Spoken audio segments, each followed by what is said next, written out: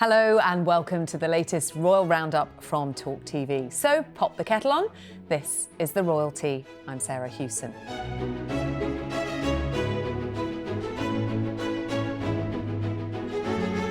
This week came the shock news that the King has cancer, prompting a return to the UK from Prince Harry, albeit briefly. Joining me to discuss such a significant week for the Windsors are royal commentator and talkTV regular Afia Hagan and the former royal correspondent at The Times, Valentine Lowe. Hello to both of you. The royal family has been rocked by the news that King Charles has cancer. The announcement came on Monday evening when it was revealed that it was not prostate cancer, but that it was detected during treatment for an enlarged prostate. Val, to you first.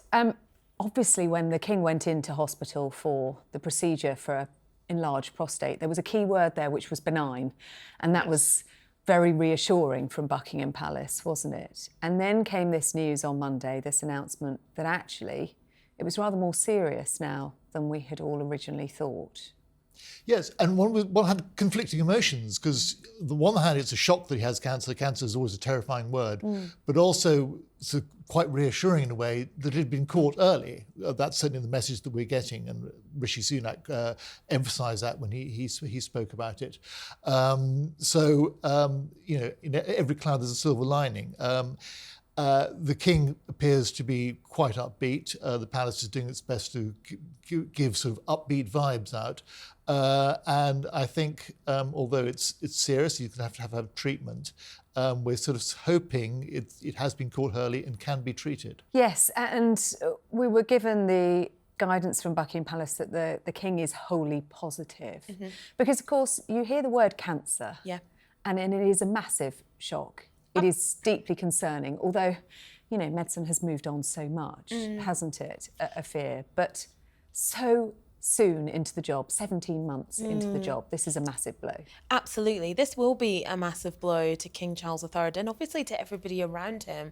I mean, so many people are affected by cancer, whether you've had it, whether you know someone that has had it. And NHS stats tell us that 1 in 2 of us will have cancer in our lifetime. So everybody knows someone who's been touched by it and knows how shocking and devastating that diagnosis is. That big C is very, very scary.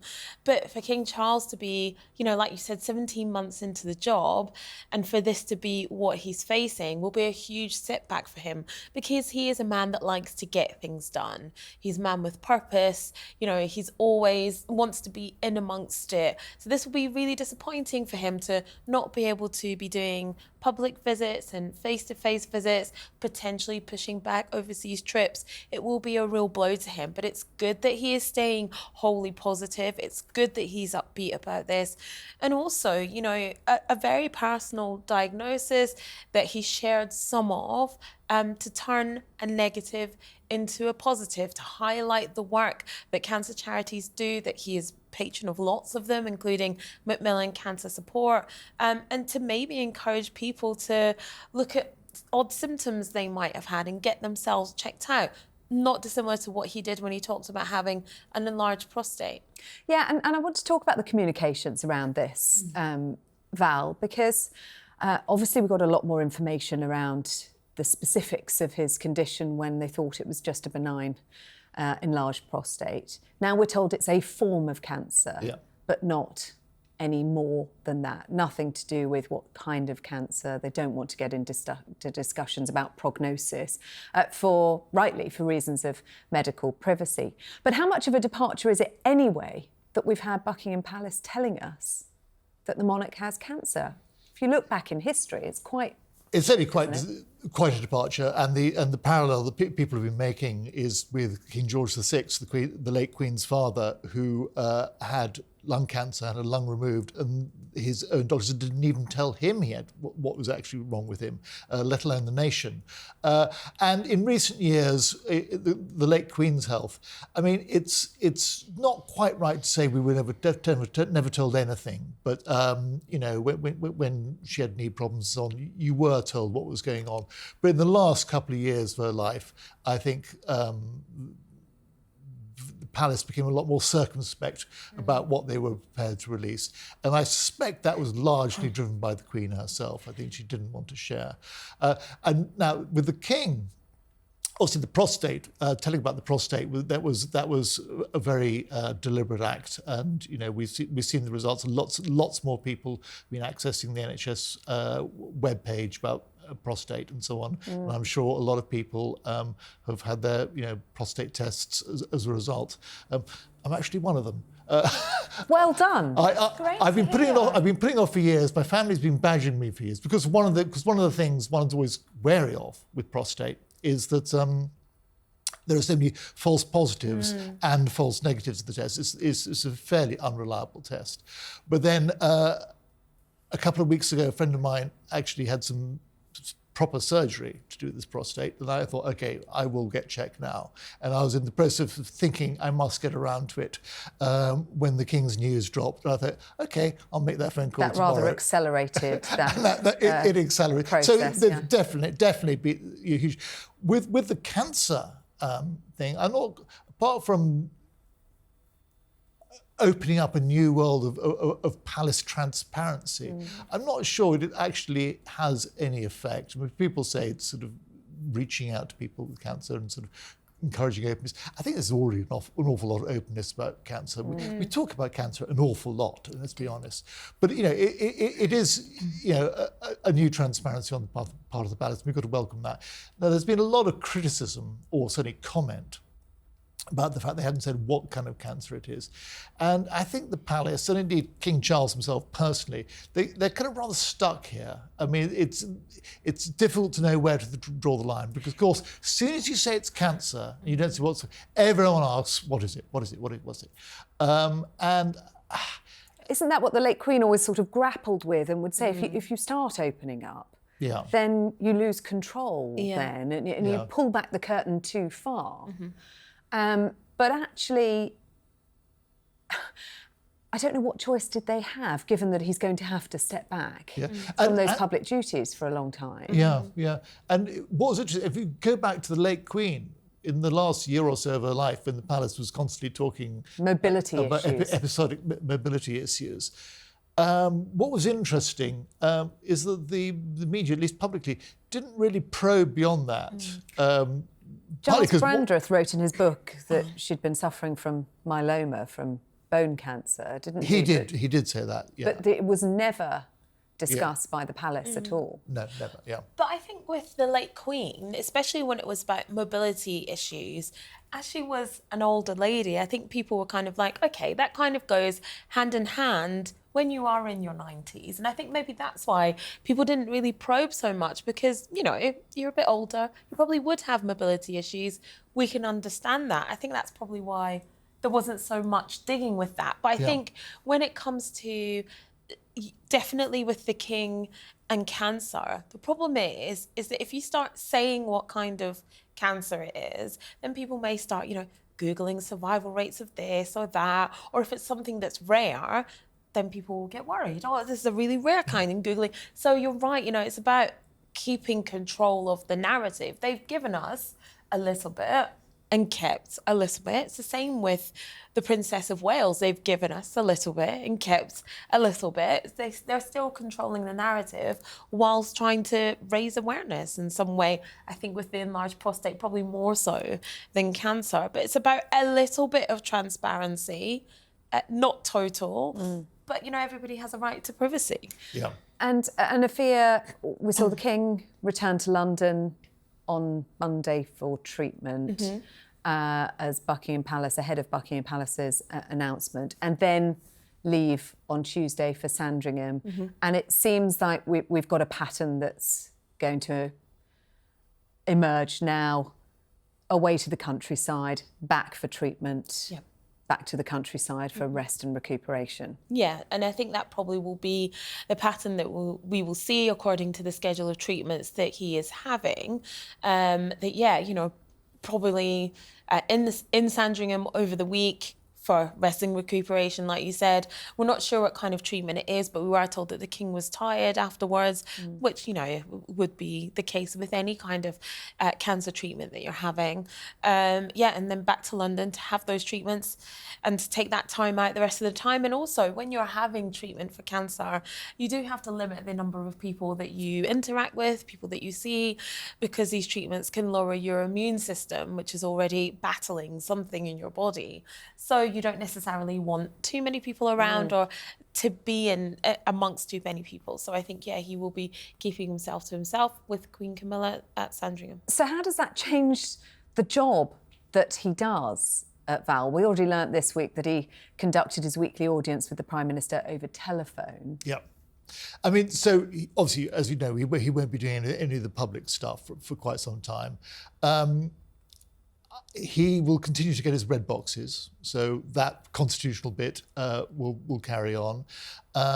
He will continue to see the Prime Minister. I think in terms of the actual constitutional key parts of the role, that will carry on, because we've been told that there's no need at the moment for Councilors of State. These are the deputies that get appointed from within the royal family when the monarch is either away or unwell or unable to carry out their duties. So none of that. So I think, you know, and we remember from COVID, of course, that, you know, a lot of things which had been face-to-face were then done on Zoom calls and so on. The late Queen embraced The Zoom late Queen technology, embraced Zoom rather better than I have. So well, it's interesting the King chose to have the meeting via telephone rather than a video. Might have used conference. FaceTime, you never know. Yeah, we don't know. So I think constitutionally we're okay for the moment. I mean, there's absolutely no need for any of these scary things like Regency Acts. Yes, let's talk a little bit more about that, actually, because the Palace, you know, very clear that is not where we are. We don't need the Councillors of State at the moment. The King can carry out his constitutional duties, continue to hold the Privy Council meetings, etc. But what are the plans that would be in place should anything like that be needed? So first of all, the monarch has to sign letters patent to appoint them. So that, so on each occasion that they're needed. On each occasion that they're needed. And you have a choice. So the Councillors of State are, from memory, well, Queen Camilla for a start, the Prince of Wales, the Earl of Wessex, and then we have the controversial ones. We have Prince Harry, he's a Councillor of State. Prince Andrew, the Duke of York, he's a Councillor of State. Princess Anne is also. Princess Anne is also one. And the other one, of course, is Princess Beatrice. The Palace has made quite clear that there's no chance whatsoever that either the Duke of York or the Duke of Sussex will be called on to act as Councillors of State. But it, you know, Councillors of State can do all sorts of things. They can receive credentials of ambassadors. They can sign routine papers. There are a few things they can't do, at least not, at least on paper they can't do. They can't appoint prime ministers, and they can't dissolve Parliament. And they can't do all the Commonwealth stuff as well. But there has been an exception. In 1974, when the Queen was on tour, she might have been in Australia, I can't remember, and the Queen Mother and one other, can't remember who it was, Princess Margaret, I believe, they were Councillors of State, and they were given express and explicit permission by the Queen to dissolve Parliament. So I suppose that could happen again. Raises the terrifying prospect of the Princess Beatrice dissolving Parliament. And I think, hasn't it been put in writing somewhere that actually the non-working royals wouldn't be expected to be called on? To be fair, it Harry, Andrew and Beatrice wouldn't be called on. Hence why we had Anne and Edward added on to the list. Yeah, I mean, I think the most likely pair would be Queen Camilla and the Prince of Wales, I think. Camilla and William would be the top two, I would have thought. Now, Phil, let's talk about the timing of all of this, because there's never a good time for a cancer diagnosis, is there? But this comes as the Princess of Wales is also ill and recuperating at home. And Prince William now finds himself required to step up. Yeah. Absolutely.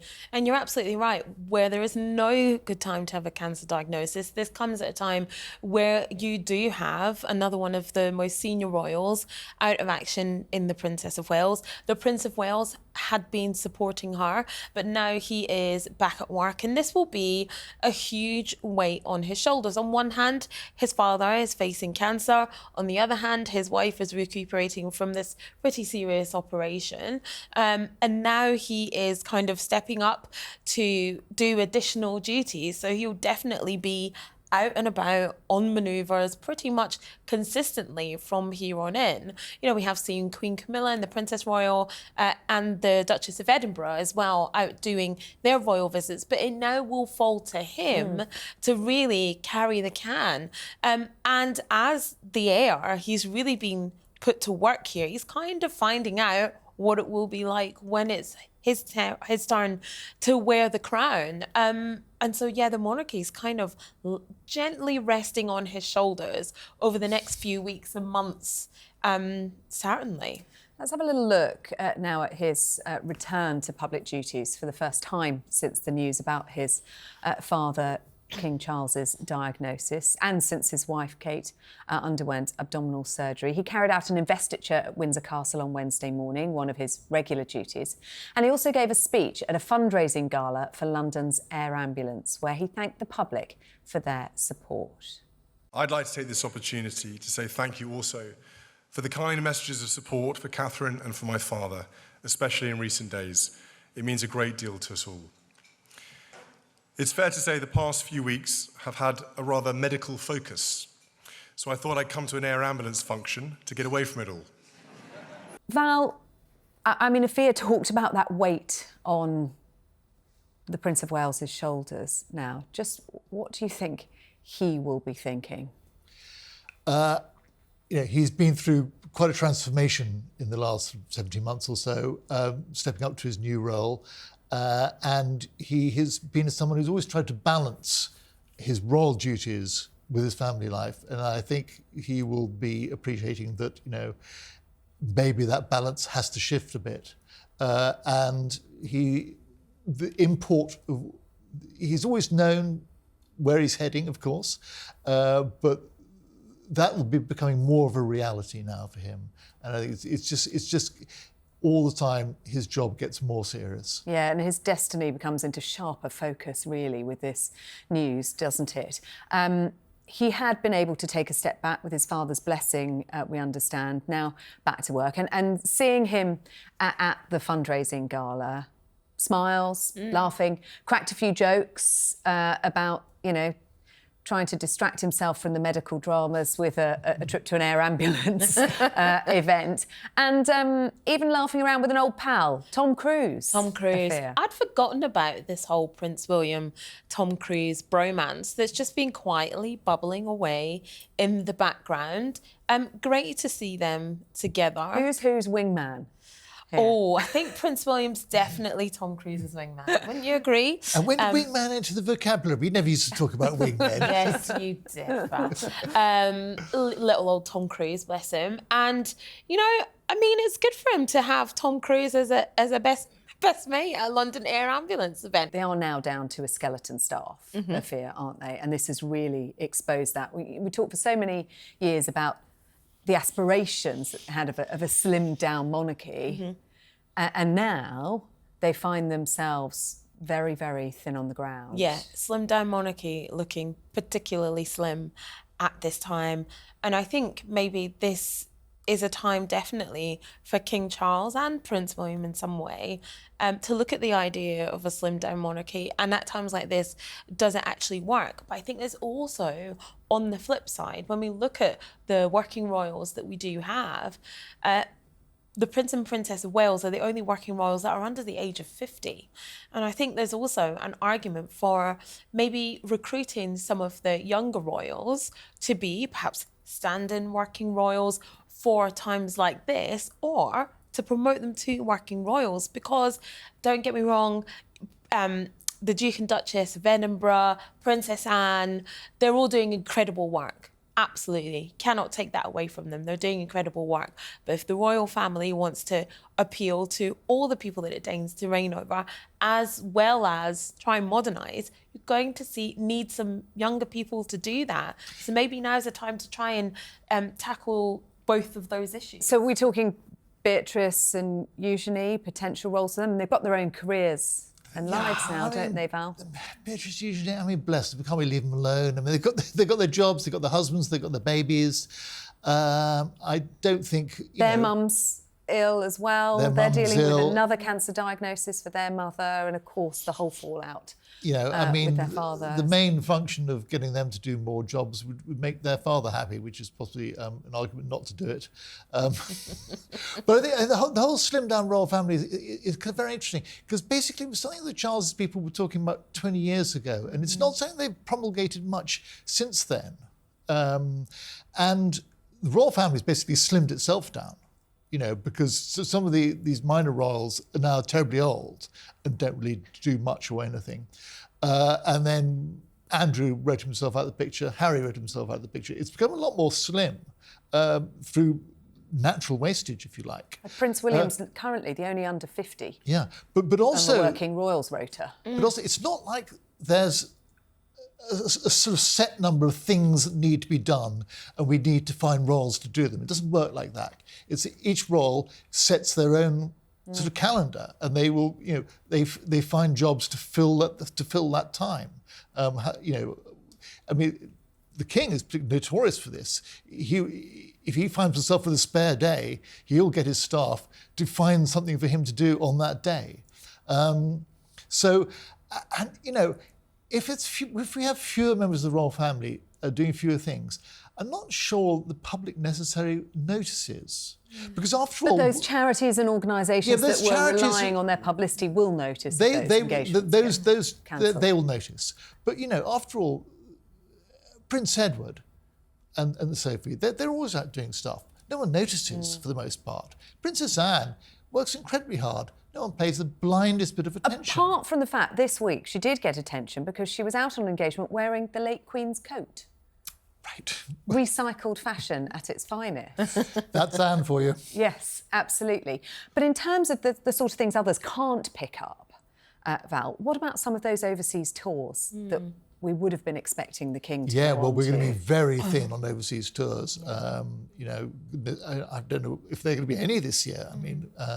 Canada was meant to be happening. Canada's meant to be happening. Commonwealth heads of government meeting in Samoa later on this year, and then on to Australia. I mean, we don't know. We're still some way off that. But yeah, I think it will be. Yeah, there won't be much foreign travel for the royal family this year, I don't think. And I think this year it was really paramount that happened, that they would get out to some of these Commonwealth countries and really lay their stock, and that's definitely won't happen this part of the year, if it happens at all in the latter half, and that's a big blow. Someone who has made some overseas travel, though, Prince Harry, dashed back to the UK on Tuesday, less than 24 hours after Buckingham Palace made the announcement about the King's health. Val, we know he had a meeting with the King at Clarence House. It was brief. What can we read into that? Very hard. And the fact he made the journey back in the first place. Yeah, very hard to know what went on. I think the palace is keeping the shutters firmly down on that, making sure that there are no leaks and hoping that there'll be no leaks on Harry's side. The brevity of the meeting, it could easily be, as has been suggested, that, the King was tired. So perhaps we shouldn't read too much negative into that.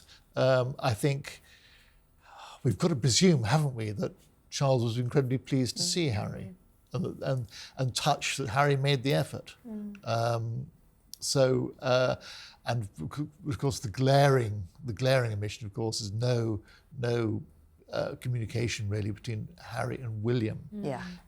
Which I just find that monumentally sad all the time, But I think any reconciliation between Harry and his family, between his father and with his brother, it's all going to happen slowly. So perhaps, if there's some steps to improving the relation, with his relationship with his father. That's a good thing, and we shouldn't expect too much this time.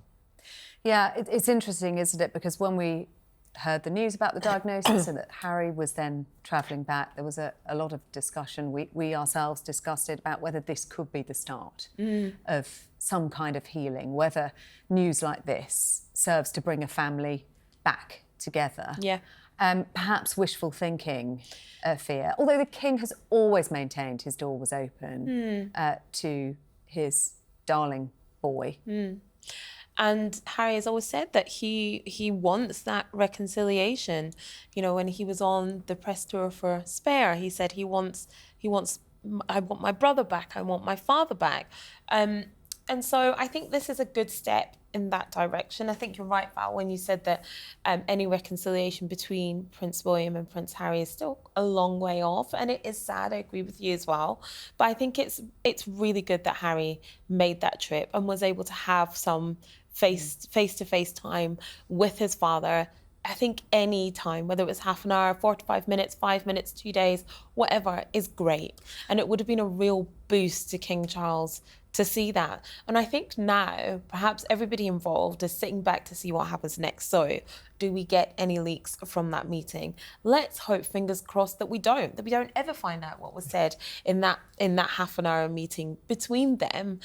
And I think that will kind of lay trust on both sides, with Buckingham Palace, with King Charles, and with Prince Harry as well, and perhaps with Prince William. If he sees that nobody has talked about it, that privacy is kept on all sides, perhaps he will, move forward in having a conversation with Prince Harry. But I think right now, it's both sons are all about supporting their father. It's not maybe the space for them to have that reconciliation yet, but I'm really glad that Prince Harry had that time with King Charles. I mean, I was asked several times this week, well, why, a normal family, if someone flew back to see their dad who'd, was unwell, they wouldn't just have a 30, 45-minute meeting. Why wasn't he up in Sandringham with them? Why didn't he spend a couple of days with them? We're not talking about a normal family here, are we? Never been normal. And maybe the King wanted to be quiet in Sandringham. Maybe, I don't know, who knows? One can only speculate. Maybe Harry only had time to do a very short trip.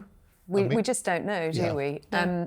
But what we do know is what we've been told by aides, that Harry would have been willing, would have welcomed a reunion with his brother William.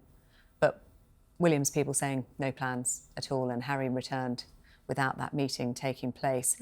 I think clear from that those wounds in particular run very, very deep. Absolutely. A fear. And it made me recall that the line in Spare where Harry talks about that Frogmore Gardens discussion between his father, his brother and himself. I think it was around Prince Philip's funeral. Yeah. When Charles said to him, boys, please don't make my last years a misery. Yeah. That seems all the more pertinent now, doesn't it? It really does, doesn't it? And we hope that as time goes on, those wounds can start to heal. And sometimes you just have to forgive and forget and move on. I hope that there's not too much water under the bridge for these two, and that they can reconcile. And I'm not saying that they necessarily have to be best buds and be texting all the time and be best friends, but be able to have a conversation, to be able to be in the same room with the other, I think would be progress. And I think that's enough, because you don't have to love your siblings, do you? But does this feel like a missed opportunity because Harry was here on his own without Meghan, who was pictured back at home in Montecito? Does it feel like a missed opportunity or the wrong time? I think maybe the wrong time in, William looking after Kate, having a lot on his plate, and I think it might have been the wrong time. And also, this is, sorry to interrupt, this is about King Charles. It was about coming to see his father, who has had this cancer diagnosis. I think that was really, really paramount. And I'm glad that he made that his focus.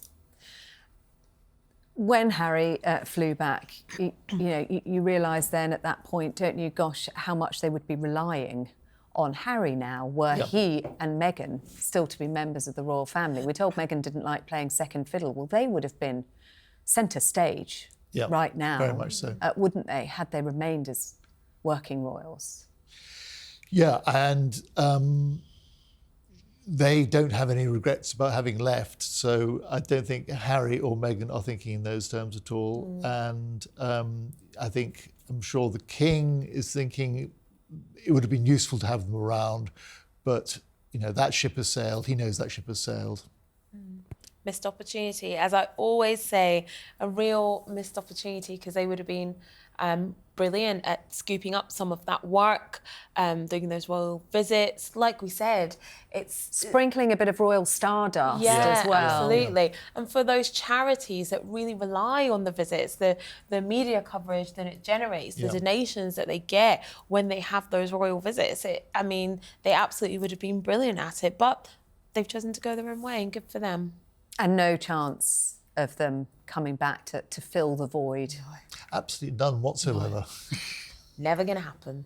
Definitive there. Now, from their very first meeting over tea at Buckingham Palace, the Queen is said to have approved of Meghan Markle. However, the Duke of Edinburgh apparently referred to her as the Duchess of Windsor, i.e. Wallis Simpson. That is according to a new book by author Ingrid Seward. What do you make of these claims, that the nickname DOW that the Duke of Edinburgh supposedly gave to Meghan? I think it's not a flattering one, is it? It completely fits in with his worldview, in his sense of humour.